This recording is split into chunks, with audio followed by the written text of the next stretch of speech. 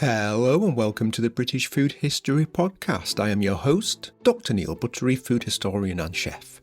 I've got two guests today, Peter Gilchrist and Ross Clarke, and we are going to be discussing griddle / bakestone cookery. I've been doing a lot of it lately, and I hope, after listening to today's episode, you will all feel enthused enough to either dust off yours or get hold of one. They are a very important part of our food culture. One bit of news before we begin though. This is the last episode proper of Season 10 of the British Food History Podcast. So that means that the next episode will be the traditional post-bag edition. So I need your comments, questions and queries. What did you think of this season? Do you have anything to add? More information perhaps? Food memories unlocked?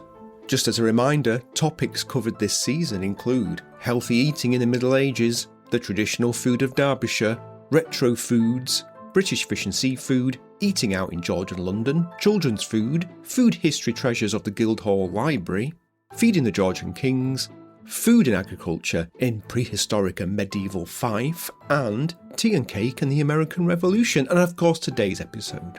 But if you've got any general food history information or suggestions for future episodes or blog posts, I want to hear about those too. But there's one more thing. This is also the 100th episode of the podcast. Absolute craziness. So I'm going to be counting down the top 10 in the post-bag edition. But I would like to know from you what your favourite episodes are and why. And I shall read them out on the post-bag edition, so please contact me. Email neil@britishfoodhistory.com or leave a comment on YouTube, the Spotify app, or the accompanying blog post, depending how you've consumed this episode. Your deadline for material is Sunday, 26th of July. Before we begin, please do remember that Season 10 of the podcast is sponsored by Netherton Foundry. Netherton Foundry are producers of top-quality British-made cookery equipment and are nestled in rural South Shropshire. Netherton Foundry is headed by Neil and Sue Curry, who take inspiration from the local ironmasters of the 18th and 19th centuries to craft traditional cookware from iron, oak and copper using non-toxic materials. Their cookware is built to last, whether it be their famous prospector pan, and I am a very proud owner of one myself, or their crumpet rings, or their impressive range of outdoor cookware. Netherton Foundry ships to several countries outside of the UK, including the USA and Canada, so please do visit their website, netherton-foundry.co.uk, to find out more about their wonderful products, approved not just by me but by folks such as Tom Parker Bowles, Diana Henry and Nigella Lawson. And also, please do let me know if you've discovered Netherton Foundry, or if you've been a fan for a long time. One thing I bought recently was one of their griddles with cloche, in fact. Okay, let's get going. I'm speaking with food historian Peter Gilchrist and food writer Ross Clarke, who specialise in writing and rediscovering the traditional foods of Scotland and Wales respectively. Peter is a returning guest who goes by the name of Tenement Kitchen and is the co-host of the Scottish Food History Podcast. Ross is a food and travel writer and author of the Welsh Kitchen on Substack. They both use a bakestone / griddle, or whatever you call yours. There are quite a few names for this usually round, usually iron, piece of kitchen equipment that we bake our crumpets, drop scones, muffins and Welsh cakes upon. And I thought we should discuss using them and some of the best of British bakestone bakes. We talk about the place of bakestones and griddles in British food culture, Welsh cakes, bannocks and pikelets, classic writers such as Bobby Freeman and F. Marion McNeill, and alternative uses of bacon fat, amongst many other things. Those listening to the Secret Podcast get plenty of bonus material where we discuss adapting traditional recipes to keep them relevant, how annoyed I get when classic recipes get messed around with, what we can get out of recreating historical recipes, and buttermilk, plus more. I shall be back at the end, but now please enjoy Griddle and Bakestone Cookery with Peter Gilchrist and Ross Clarke. Welcome to the British Food History Podcast, Ross and Peter. How are you both? Absolutely stupendous. Delighted to be finding a time in the middle of summer to be talking about baking stones. Absolutely. Delighted to be here. Thanks for inviting me. I'm always talking about Welsh cake, so this is just yet another opportunity. So I'm loving it. Good. Well, actually, before we get started, now, regular listeners, Peter, will have heard your dulcet tones before, but could you just remind listeners a little bit about yourself and what you do? Going to be extra dulcet. No. So my name is Peter Gilchrist. I'm a food historian. I write under the name of Tenement Kitchen online. The focus of my work it's focused on Scotland, but kind of quite specifically, I look a lot at working class history, ancient history of feasts in Scotland, and why we eat the food that we eat today. Keep asking questions until I find no answers and the history gets more and more complicated. Yep, agreed.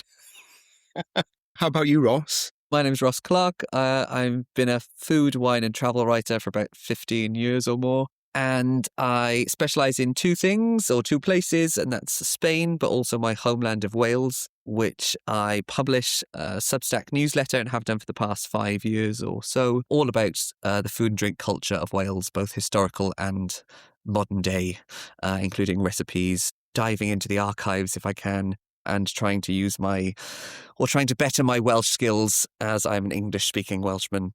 It's a tricky one. Neil, can I jump in here with a question? Of course. I have never spoken to someone specifically about Welsh food. How do you find the research of Welsh food? Is there a lot of archives? Is there, recipe books, digitised and that sort of thing? What is Welsh food research like? Tricky. I have currently, I'd say, about 90 Welsh cookbooks going back a long, long time. There are very few modern Welsh books, actually. A lot of them come from sort of the 60s or around that bit, perhaps up to the 80s. There are some fantastically old ones, one of which I've actually got here with me, and that is by Lady Llanova. Yes. Ooh. This one, Augusta Hall. Her husband was Big Ben of Big Ben fame. And she writes this fantastic, this was late 1800s. And she writes, because I guess she was a Victorian woman who was not seen to be cooking, writes the entire tale from the perspective of a hermit. And it tells the story of the hermit, and he tells how to cook all these recipes, which it's just the most weird and wonderful book. So there's a lot of diving into stuff like that. And then, in the archives, in fact, Wales, Amgueddfa Cymru, Museum Wales is very good for stuff like this. And they have a lot of archival stuff which I dig into about recipes. And a lot of it was recorded by a wonderful woman called Sian Milwell Tibbet, who went around Wales basically with a dictaphone into people's houses and got them to tell her what they were doing, what they were cooking. So she sounds like she's kind of the Welsh version of England's Dorothy Hartley or Scotland's F. Marion McNeill. Yeah. We need those people because otherwise we'd have no idea. There'd just be such a massive gap in our knowledge. If I was going to start a journey into Welsh food, Ross, would you recommend that Good Cooking is that book is a good place to start? Or is there 101 textbook that I should start with? If you want to really know Welsh food without all of the weird and wonderful world of Lady Llanova, Bobby Freeman was probably the best and still is considered one of the doyen of Welsh food writing.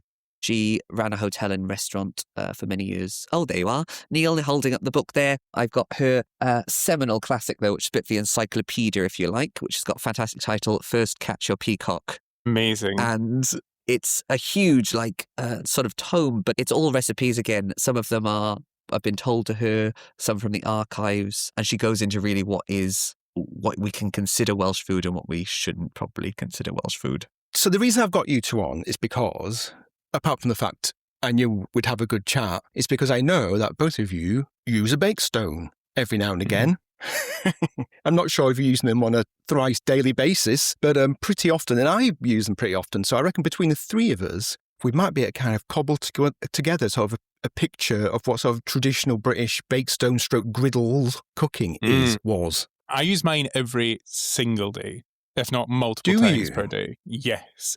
Well, so I do like a porridge pancake, which is like overnight oats with added flour and eggs and things. And I will have, I got a small one from an antique store. This is a wooden handled I mean, in Scotland, you would say girdle. Okay, yes. That people of my generation get a bit iffy when you start chatting about inheriting your granny's girdle. But so I will use the standard griddle or baking stone. But no, yeah, I absolutely love it. What do you call your baking stone, Ross? Well, I call it a bakestone, funnily enough. Bakestone. Yeah, I call it a bakestone. It's, I was trying to figure out whether there were other words that I use, but definitely bakestone for me. But of course, being in Wales, there are lots of other terms in Welsh as well. So it's called plank with a C. Mine, which actually means stone, if you translate it into English. So yeah, depending where you are, I think, but I've always called mine a bakestone. Yes. Is it made out of stone? It's not made out of stone. No, it's neither cast is mine. iron.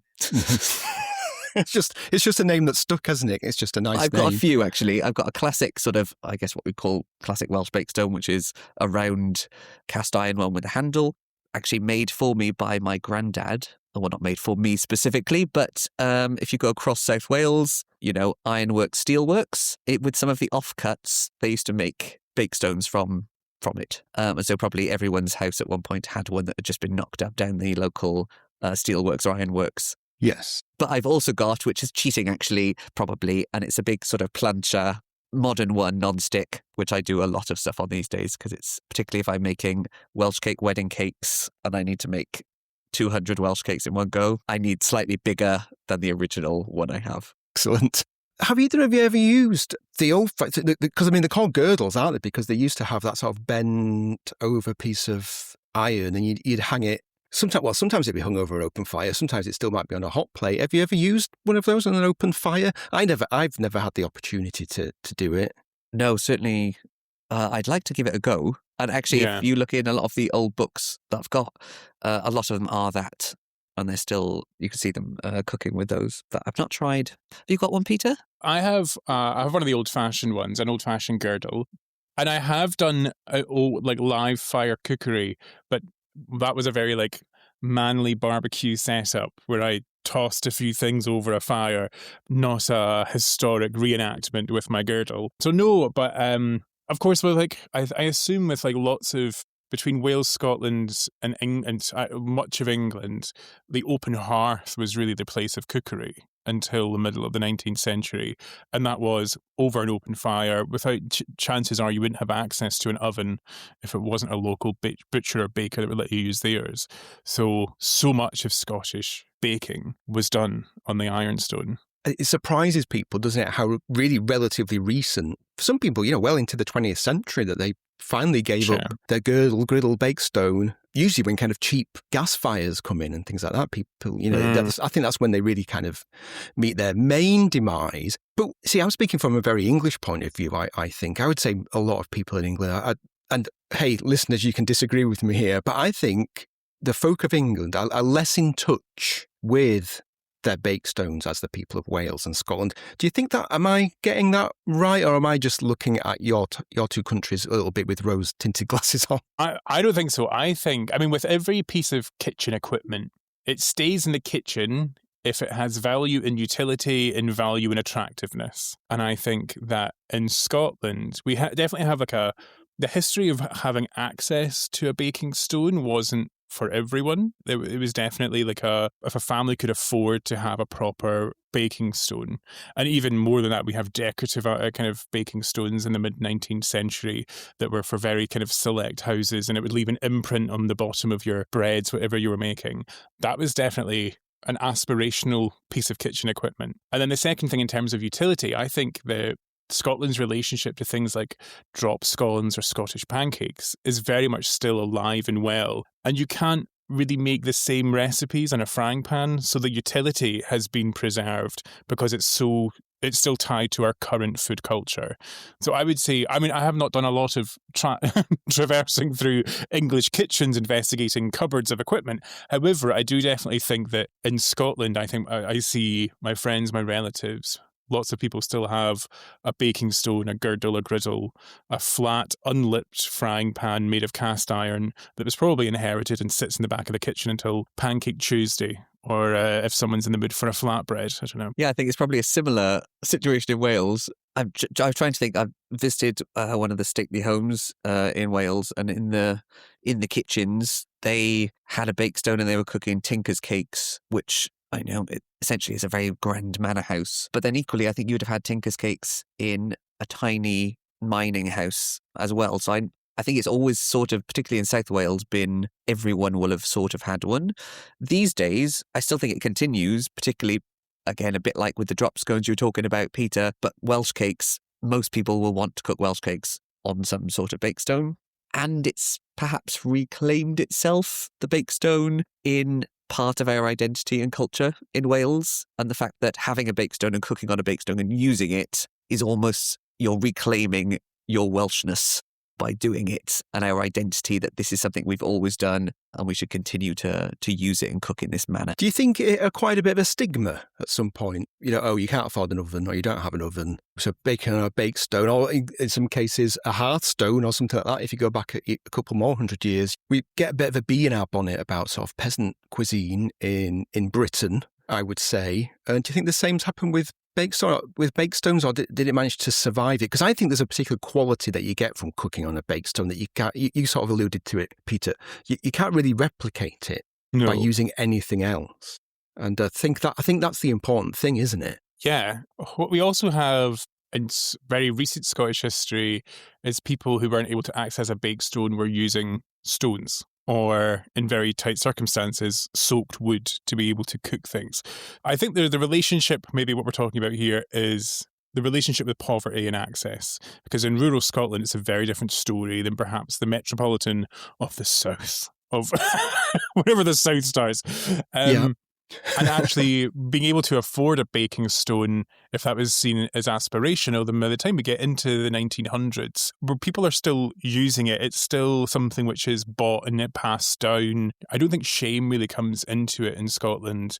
I think especially when people are so close generationally to starvation, having access to an implement which in the last 80 years had been an object of affection. No, I think we've escaped shame for the baking stone in Scotland.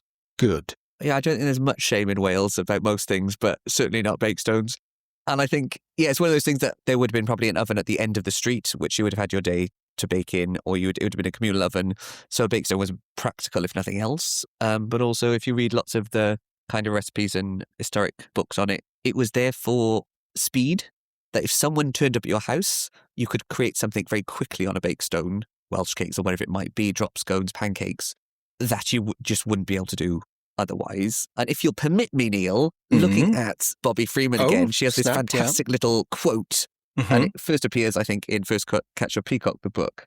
And she says, when pancakes were on the menu on Shrove Tuesday in an industrial canteen in West Wales, I was amazed to see an old bakestone come out of its cupboard to be placed over a couple of bricks set either side of one of the gas burners on the vast cooking range. On this, amid the gleaming steel and steam of contemporary catering equipment, the cook stood patiently making pancake after pancake, hour after hour, until the men's demands for them were appeased. And I think that's a great image, that this was probably late 60s that I think her book first came out. But actually, industry like that went on, is still on in Wales to a certain extent.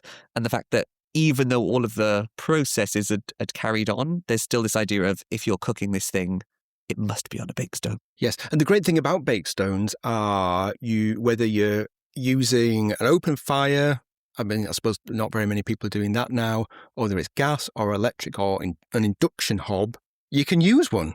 It just fits all, lifestyles, all sorts of kitchens. I mean, I live in a second floor apartment in Manchester. It's all electric, so I can't even light mine over gas.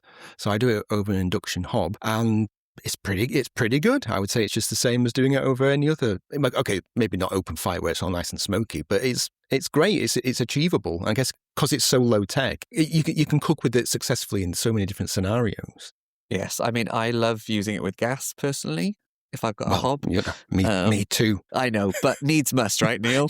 Yeah. I've just moved into a brand new house. I don't even know where my bakestone is at the moment, quite frankly, but it's in boxes somewhere. But my new cooker is electric hob, so I'm going to have to get used to cooking with electric. But I'm up for the challenge. Peter looks like he's shaking his head. I know it's fine. I know that the changeover is coming. I know the next house I live in is probably not going to have gas. Until they pry my gas cooker out of my lifeless clenched knuckles, I will not let go of the gas. There's something about it, but it's just that, like, the relationship I have to cooking is so tied with the understanding of how long it takes gas to heat up a pan. When it comes to encouraging people to use bakestones, if they haven't used one, or maybe they've maybe used it once or twice and maybe didn't quite get the hang of it. I remember when I first tried, it took me a little while to kind of zone in. Would you say it's easy to bake on a bakestone, or is it a bit more tricky? Do you have to kind of hone some skills a little bit? What do you think, Peter?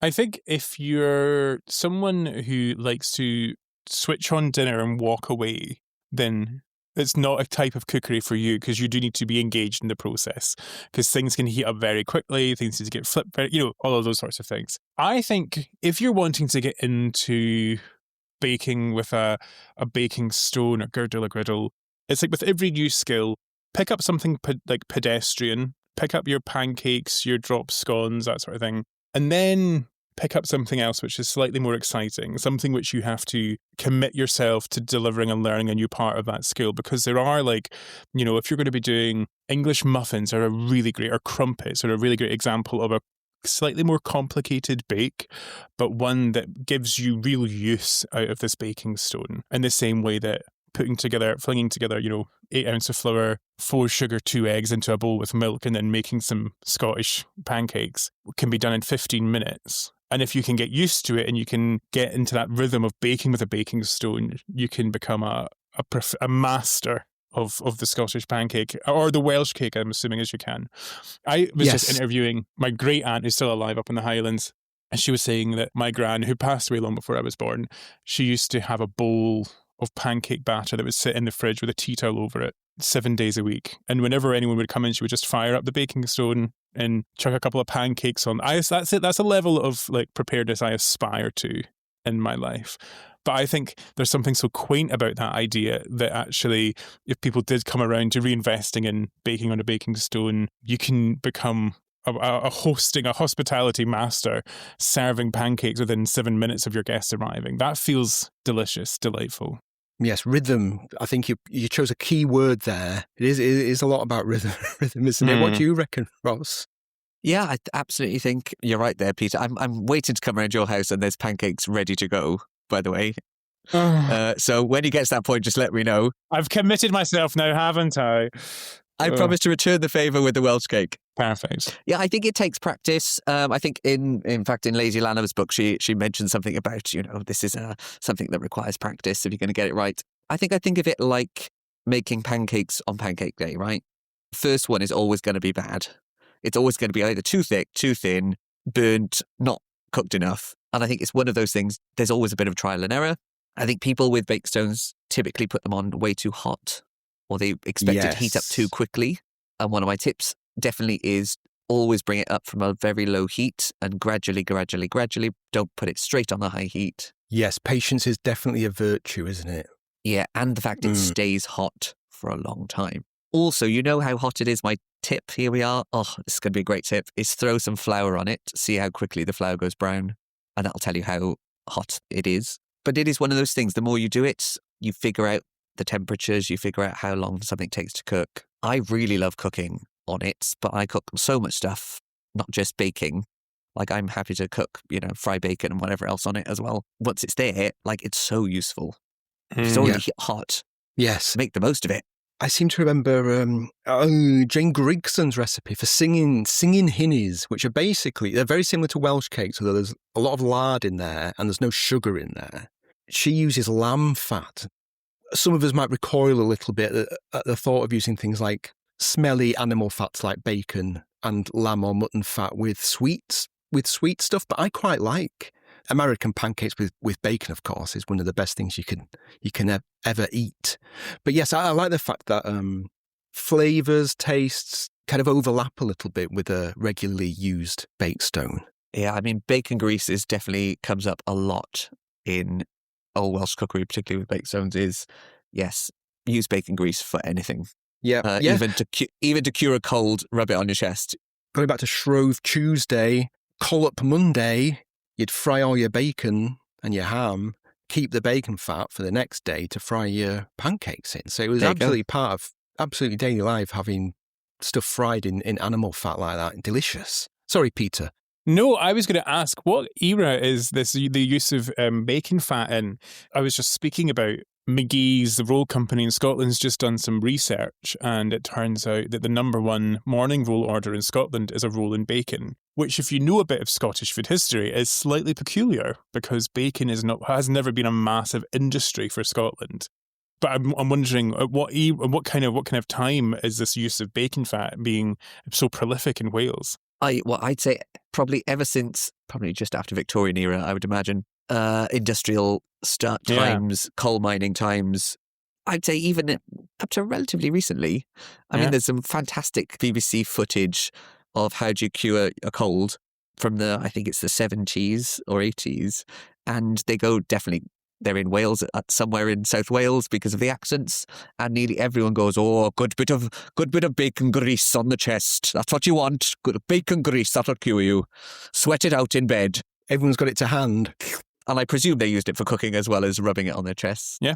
One of the things that I find difficult about bacon, so we mentioned it a bit earlier, I suppose, it is if things are too hot. Try to get the right temperature. And I've tried to write recipes, and I've tried to use recipes, and it's almost impossible because everybody's medium setting is different on their hob. And Bakestone is a different thickness. You just need to get to know your Bakestone, don't you, I suppose, and just accept there's going to be a bit of trial and error at first. Yeah, I think you can also, without having a temperature gun, look at what fat you're using and notice know at what temperature it's going to start smoking at.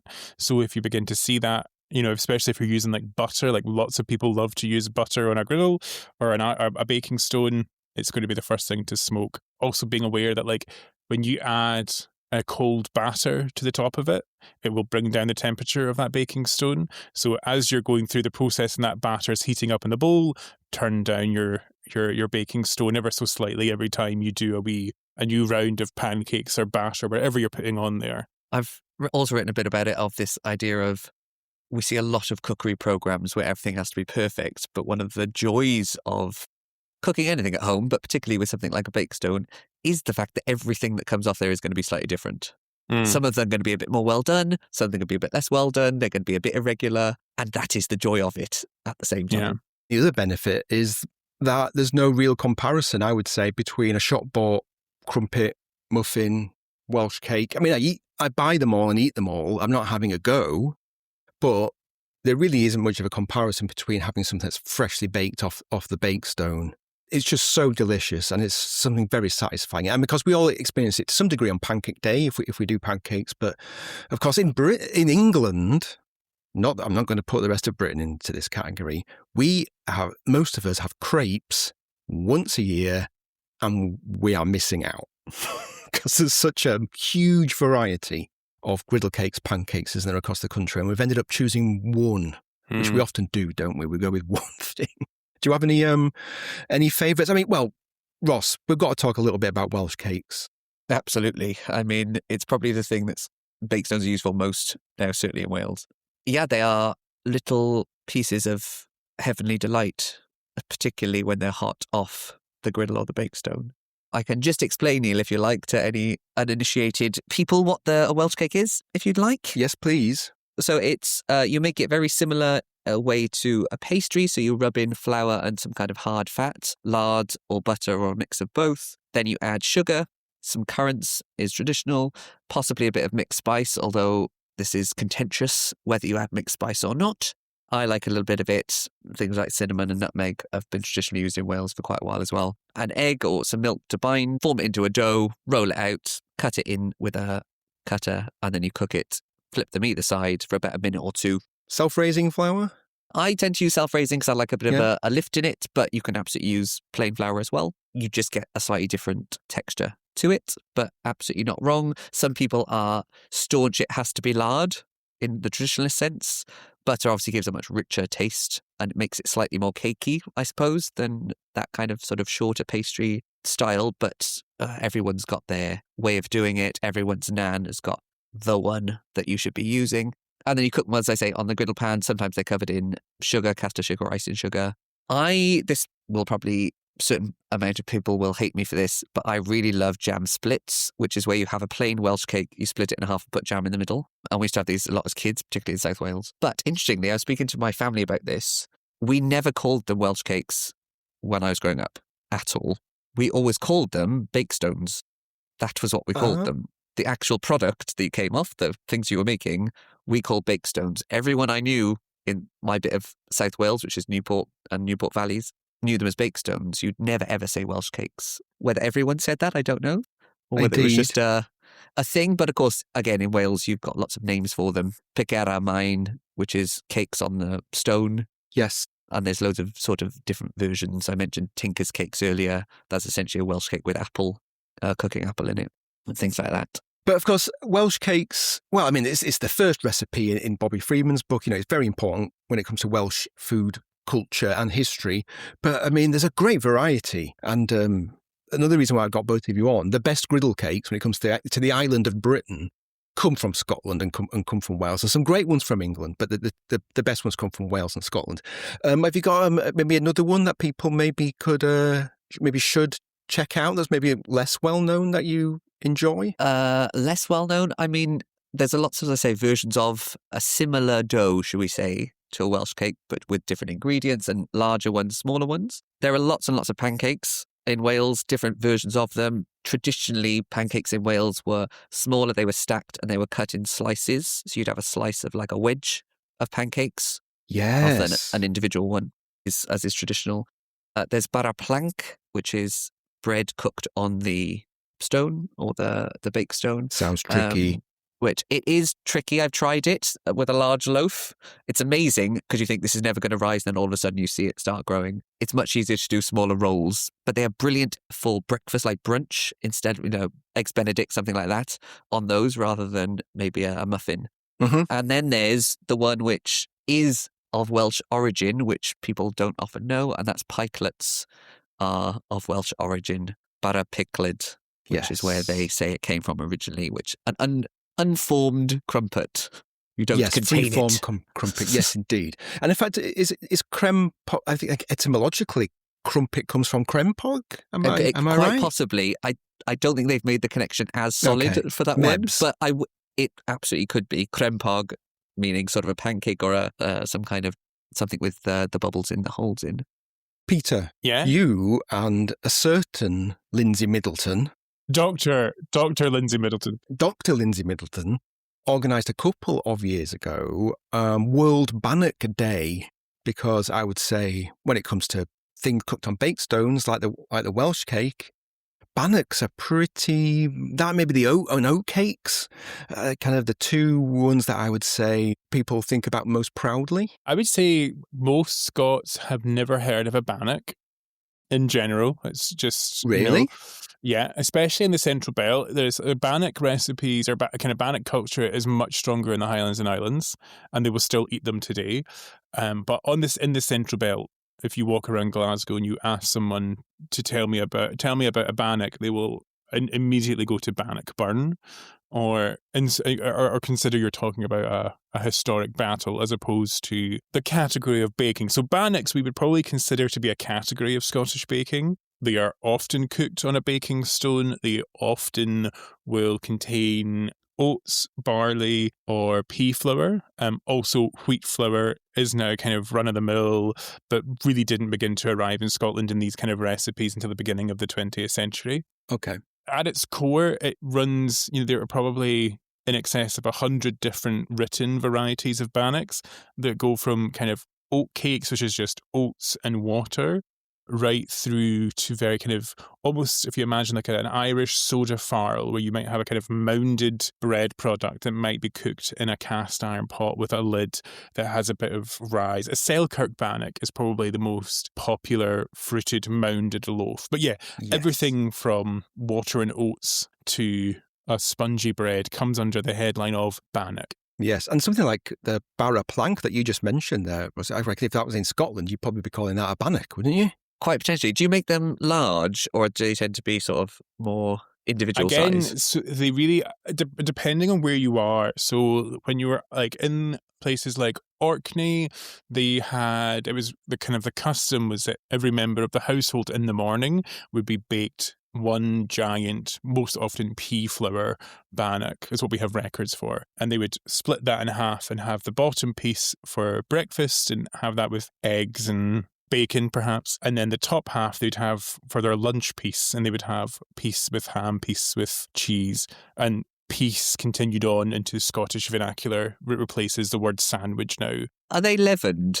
Are they supposed to rise? So you'll find that with the advent of baking powder or soda, yes, that begins to make its way into the recipes. More often than not, you would also be using like buttermilk for bannocks, especially when we're thinking about cottage culture, croft culture. People will probably have a cow attached to their cottage, which will be milked. They'll sift the butter fat from that. What's left over, that skimmed milk, will be turned into cheese. The butter will be the fat will be turned into butter, with the leftover buttermilk being used for bannocks for the next week. Now, where is she? She's never far away. Jane Grigson. Where is she? She's behind you. There she is. English Food by Jane Grigson. I mean, this is my absolute Bible. And in a griddle cake section, there's a few English ones, but basically she puts loads of Scottish and Welsh ones in because there isn't any in England particularly. This is how I discovered about proper griddle cakes or Bakestone bakes. Do you have any recommends, you two? I mean, you mentioned Bobby Freeman, of course, didn't you? But what about you, Peter? Who do you go for? Would you recommend anything for folk?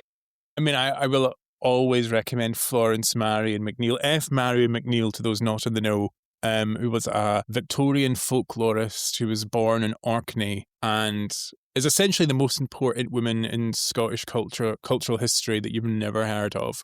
Would thoroughly recommend you go and listen. I'm going to do a self-promo here, Neil, which is the Scottish Food History podcast, has 2 episodes about the life of Florence Marion McNeill. She wrote The Scots Kitchen, The Scots Cellar, The Scottish Book of Breakfasts.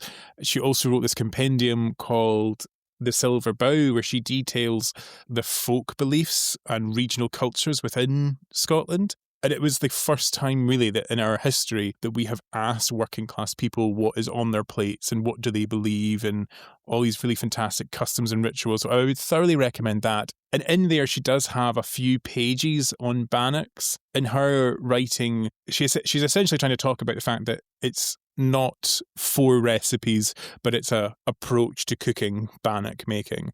And she details all the kind of recipes that we don't have anymore, and the bannocks that were made for Halloween and the bannocks that were made for Easter and all these sorts of. She kind of goes through to show that like there's tons of varieties within this category, but they belong to families and they belong to communities, and lots of them weren't written down and lots of them were done by eye. But the culture and the history exists. We just haven't committed it to the page yet. So yeah, I would thoroughly recommend a book by Florence Marion McNeill. It is still being reprinted today. The last reprint, I believe, was last year in March. But you can also find some really great copies on eBay for those on the hunt for a great used book. It's an amazing book, and if you don't own it, folks, you need to get a hold of it. And the same with any of Bobby Freeman's books, really, wouldn't you say, Ross? Yeah, the little one you've got there, they are still available readily in, if you come to Wales, you'll probably find them in the tourist information type shops and souvenir shops. The House Catch Peacock you probably get on eBay and stuff. The other one I was going to mention is I mentioned her earlier, Sian Manuel Tibbett, who was one of the curators at the Museum of Wales, anthropologist who went around Wales, and she created a series of things. This one, Welsh Fare. Mm-hmm. But the good thing about this book, it's got some fantastic pictures in as well, by the way. But it's all available free online on museum.wales. So all of the recipes, there are 23 griddle recipes, I think. Some of them are near enough identical, but they are from different parts of Wales. But they're all available, as I say, so you can, without getting the book, if you don't want to, you can access them online for free through Museum Wales. That is a high recommend. I own that. I use it all the time. It's time to wrap up. Where can folk find out about you both? Peter? Really just come onto Instagram, Tenement Kitchen. You'll find all my stuff there. I have about 8 months left to gather community consent from the people of Scotland that they want to have morning rolls. The act of ordering a morning roll. Yes, we need to talk about this. So I'm trying to get the act of ordering a morning roll recognised by UNESCO, their Living Heritage UK inventory. None of those words were in sequence, but just Google them and they'll all turn into something. So we have about 8 months left, and I'm touring Scotland, speaking to different groups and stage show. I've got a show at the Fringe coming up as well. And Fantastic. I do the history of morning rolls, and then as people are leaving, if they agree that I have made the case that ordering a morning roll is a cultural act, then they leave their order into a mic as they are leaving, and all of those audio files, along with the research we've done and the research we're going to do over the next 8 months, will be delivered to UNESCO with a request for it to be enshrined. Good. And they should be, and we should be looking at more of our cultural relationship with food more and writing off to UNESCO, I would say. There is a process in place. So again, just search UK Living Heritage Inventory into Google and it will come up. And you can submit an expression of interest. Anyone in the UK can do this. Submit, and if there's a baked good, if there's a food ritual from your town or your community or something that you think, I don't think we do it quite like this anywhere else, go in and fill it out. You will have to prove some kind of community consent, but actually if you've got local bakers that make that good, or you have local baking show where people show off their version of their Welsh cake, whatever it's going to be, you can then use that as your consent and send that into UNESCO and maybe get some recognition for your local food hero. Fantastic. Ross? I mean, I feel like I've got nothing on a UNESCO intangible heritage or whatever it is. Make it up, Ross. Make it up. But I'm gonna here starts the quest. You've started me off now. That's good. What was the original question, Neil? I've completely been thrown by morning buds, and now I kind of want one. A morning roll. Where and how, Ross, can folk find out more about you and the work you do? Well, if you want to know more about Welsh food, culture, and history, there's my newsletter at the Welsh Kitchen. It's on Substack. Comes out regularly.